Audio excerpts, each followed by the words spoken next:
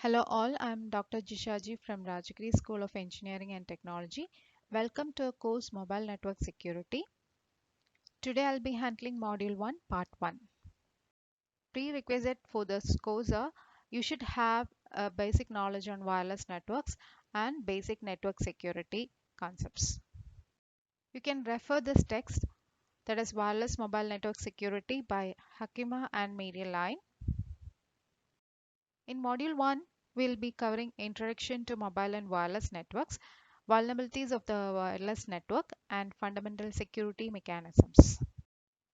Agenda for today's class: an introduction to mobile and wireless networks. Will be concentrating on mobile cellular networks and IEEE wireless networks.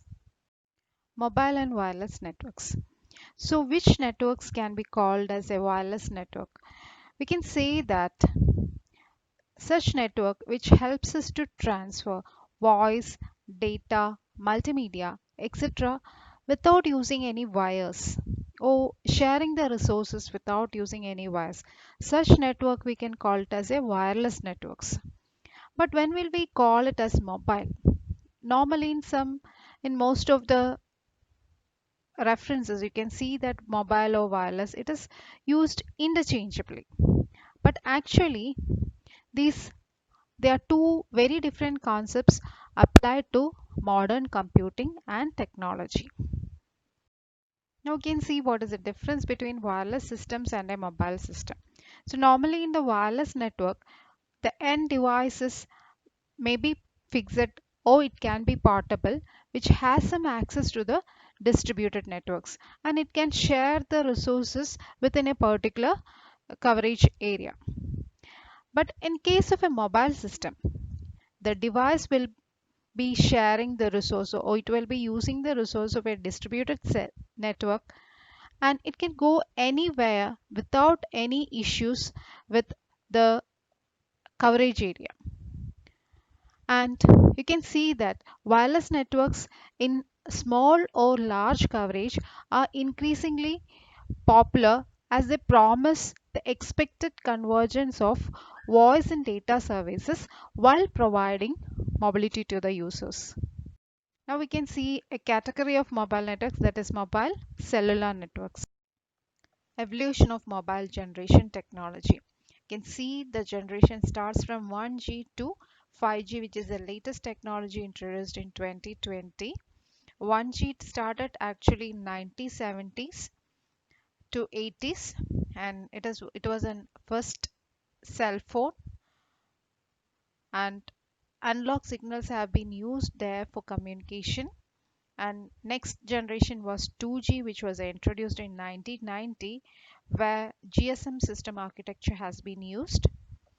And text message, the main feature of this is that it can send text messages. And from 2G we can say that it was digital era. And next comes the 3G, where internet technology have been introduced in the mobile phones, and packet switching have been used to send the data. And next comes the 4G, which was the current technology that is all over world now, and it was introduced in 2010. One of the main technology that is used is LTE, and the latest technology that have been introduced in 2020 is 5G, which is offering 100,000 times faster than the existing technology, faster data transmission than the existing technology. And now we can see in detail what are the various generations. 1G, that's the first generation wireless technology. Here you can see cordless telephone have been used to support wireless telecommunication, and advanced mobile phone system, that is AMPS, is used for or to support mobile communication. And the speed was defined as 2.4 kbps, and it allows voice calls. It allows voice call, and the main technology is analog. You were using the analog signals in 1G, and it has a loss of disadvantages. That means the size of the phone was very big, as well as it was very expensive, and the quality of voice that is being transferred, as well as the battery life, etc., were very poor. The handoff reliability was also poor, security and spectrum efficiency were also considered very low in this category of mobile technology or wireless technology. And it has actually started, the introduction was started in 1970s, and it will continue till 80s, and up to 90s till the starting of digital era 1G have been used. Next is 2G cellular networks. Here it has been introduced in 1990s, and the basic advancement that you can see from the 1G is that it introduced, from 2G you can say it is a digital era, because digital signal have been used, and it provides phone calls as well as it supports text messages. That means you can send text messages using 2G. And GSM, the technology called GSM have been introduced, which helps in the global voice communication possible. And GSM means it's global system for mobile communication. It has been developed in Europe, and likewise many other technologies like GSM have been developed around the world, like DCS, that is digital cellular system, PCS, personal communication system, and PDC, that is Pacific Digital Cellular, which was developed in Japan. And these technologies were using TDMA as well as CDMA method. And one of the disadvantages that you can see with 2G is that the data rate was very less, and there was a transition from 2G to 3G, and you can see the two more technologies which comes between this 2G and 3G. So 2.5G and 2.75G are the two cellular network technologies that have been introduced, and 2.5G is GPRS, that is General Packet Radio Services, which has much more better than the 2G, and 2.75G it is Edge. It gives more data support, and during this time internet has been used effectively, but still it doesn't support multimedia service. That means the transfer of multimedia service compared to the fixed networks. So again we can move to the 3G, which support more data. You can see that in Edge and all, there's only the average speed will be only 130 kbps downstream and 60 kbps in transmission, and though compared with 2.5G performs well, 6 to 10 times better than 2.5G. Next is 3G cellular networks, which actually operate around a frequency of 2 gigahertz, and it provides a range of multimedia services to fixed and mobile users, and it has a lot of features like it provides faster communication, increased bandwidth, high data transfer rate, which helps to support a web-based application, audio and video files, etc. And it also helps to send and receive large email messages, high speed web, more security, video conferencing, 3D gaming are the extra features that have been offered in the 3G cellular networks.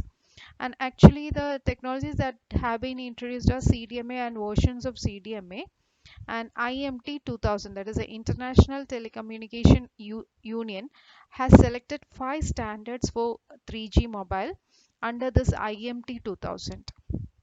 IMT is actually International Mobile Telecommunication System for 2000. Actually this 3G was introduced in 2000, and the aim of this IMT 2000 is it is designed to include global roaming, and a range of broadband services such as video and use of a single terminal in different wireless networks. That is, it support vertical mobility, you can call it like that. And another objective is to make fixed services and mobile services compatible in order to be transparent to the user. So that is one of the advantage of introducing IMT 2000. And though a lot of technology have been used inside this 3G, again the data transfer, that means the data transfer was less, and as the number of users are increasing day by day, more data rate is needed, which we can see in 4G. And some of the disadvantages you can see with 3G is that expensive fees for 3G license services, and it is very expensive to build the infrastructure for 3G, and the devices that we use was very expensive, and you can see it was the cell phones were very large. So in order to solve all these issues, a new technology have been introduced in 2010, that is 4G. So by 2020, 4G cellular network have been introduced, and it was actually capable of providing 10 Mbps to 1 Gbps speed. And actually the aim was 10 Gbps, and it has reached till 1 Gbps speed. It support high quality video streaming, high security, and it also support multimedia services, all type of multimedia services. And the services are provided to users anywhere at any time, and the low cost per bit, that is one of the advantage of 4G. And here you can see that battery usage reaches high due to the expanded multimedia services. And one of the challenges faced were it was hard to implement, and it need complicated hardwares, because you can see a lot of technology there. That is, it's a mixture of all this together. That is 3.G, 3.5G, and LTE. You can see a mixture of all these things in the 4G, and due to this, expensive equipments were required to implement this next generation network. And actually it uses the technology that is LTE, that is long term evolution, and WiMAX. The latest technology that is introduced in 2020 is 5G, and it actually support wireless World Wide Web, and this very high speed. It actually offering that it will be 100 times faster than the existing 4G technology, and can be up to 10 to 20 Gbps. And you can see that in 5G, if you're using 5G, 2 to 3 high definition movies can be downloaded in 1 second. That is the speed they are offering, and that means data transmission will be faster compared to the previous generation like 4G. Actually, the 4G, which is currently being used among us, the 5G is a latest technology that is introduced in 2020, and we can see shortly in all the mobile phones.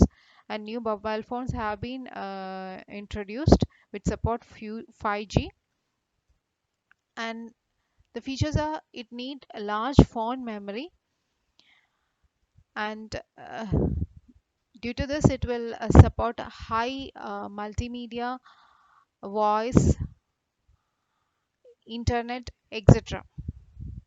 And they're saying that it is more effective and more attractive.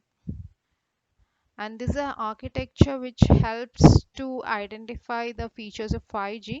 Here you can see that uh, the networks will be divided into small cells, such that more coverage will be given to each and every unit. Small cell is being introduced here, and also a concept called beamforming has been introduced, which helps to avoid interference between the users in a particular cellular coverage area. So another technology that have been introduced is millimeter wave, that is a radio wave can be used in more effectively using millimeter wave.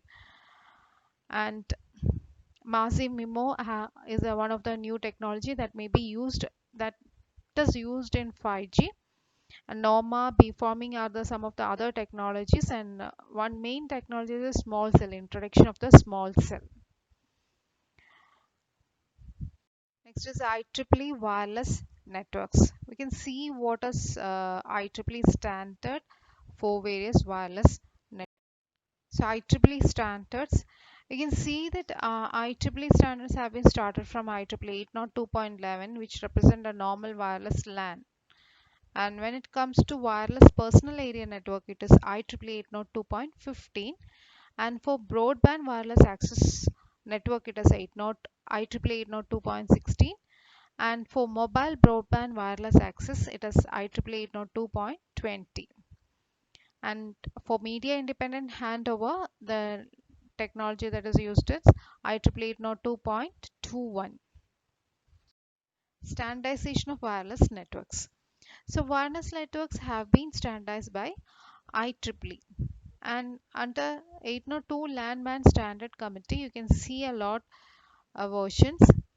And here you can see that there are 7 layers, that is ISO OSI 7 layer models are there, and you can see the modification in that.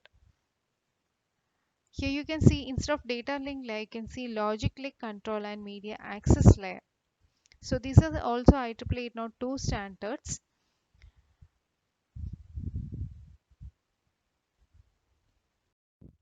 So we'll be seeing the IEEE standards 802.16 and IEEE 802.20. Now we can see IEEE 802.16. This is actually used by technologies such as WiMAX, that is worldwide interoperability for microwave access. Here actually it is used for wireless broadband communication technology, and you can see that WiMAX is a higher version of Wi-Fi. And in case of Wi-Fi, you can see it supports radio waves, and in WiMAX it supports microwaves. And the feature is that it offers high speed over a wide area network. That means it can cover up to 100 kilometers, and the data capacity is at 70 Mbps. And it's also called as air interface for fixed broadband wireless access system, and it's also known as IEEE wireless man area interface. That is because it supports metropolitan area network, and it is actually issued by IEEE 802.6 work group. And it also cover the wireless local loop technologies also in 10.66 gigahertz radio spectrum, and it has also included various licensed and unlicensed spectrum from 2 to 11 gigahertz also.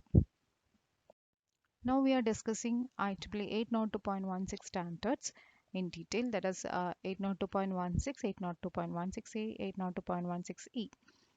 And these are the 3 standards we are discussing now. The spectrum for the first cases, that ranges from 10 to 66 gigahertz. Next ranges from 2 to 11 gigahertz, and the other one is just less than 6 gigahertz. In case of 802.16a, you can see that it uses one more technology, that is WLN, which includes both licensed and unlicensed spectrum, and that ranges from 2 to 11 gigahertz.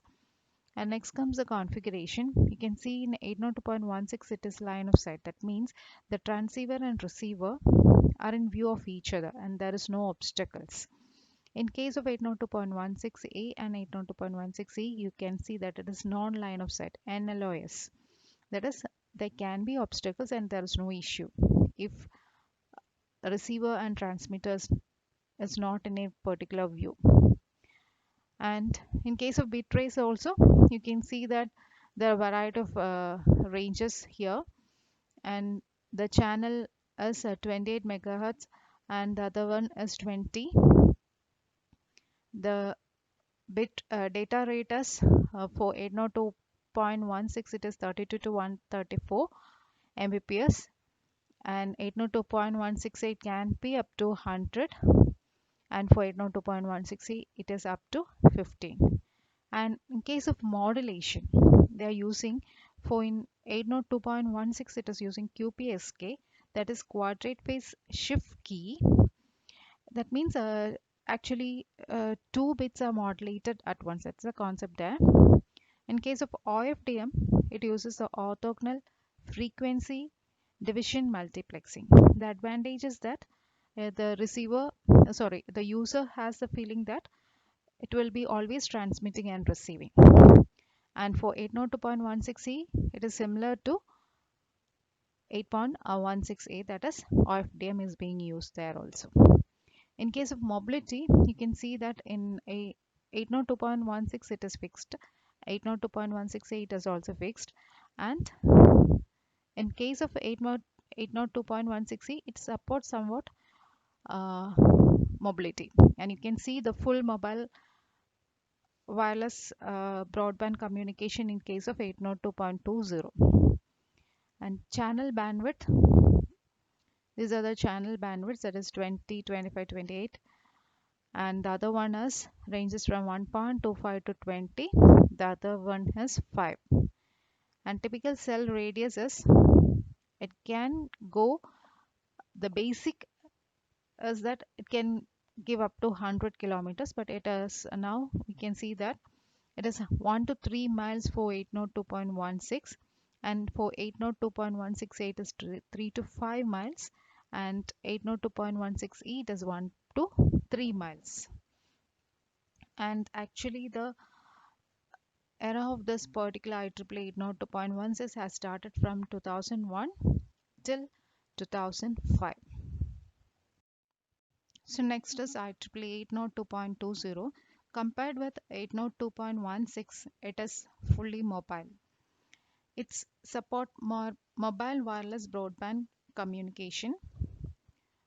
The earlier was the early wireless. It can be, the devices can be fixed or it can be portable. That was the case with 802.16, and you have seen that there was modification in 802.16e. And now you can see IEEE 802.20. It actually enables a worldwide deployment of affordable and always on and interoperable multi-vendor mobile broadband wireless access network that meets the needs of business and residential end user markets. And you can see that there are various changes in the case of physical and MAC layer of an air interface for this particular interoperable MPWA systems, and it operates in a license bands below 3.5 GHz, and it is optimized for IP data transport with peak data rates per user in excess of 1 Mbps.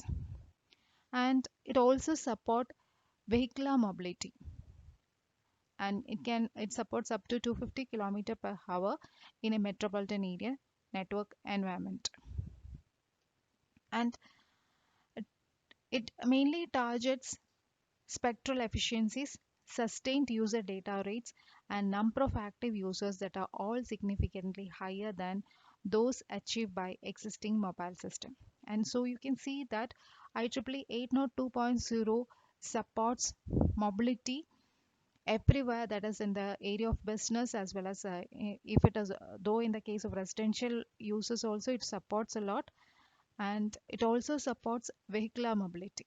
That's one of the major advantages that you can see with IEEE 802.20. So here this figure shows the application areas of mobile broadband wireless access networks, and you can see that the devices, it support all the devices that is in a work domain, whether it is in a work domain, mobile domain or home domain. That means vehicular mobility, if it's away from home also it supports the facilities. That means the air interface shall provide the mobile users with an always on experience that is similar to that available in wireline access systems such as cable and DSL. And you can see that the connectivity from a wireless mobile terminal to the base station will be automatic, and it is transparent to the user. Thank you for listening.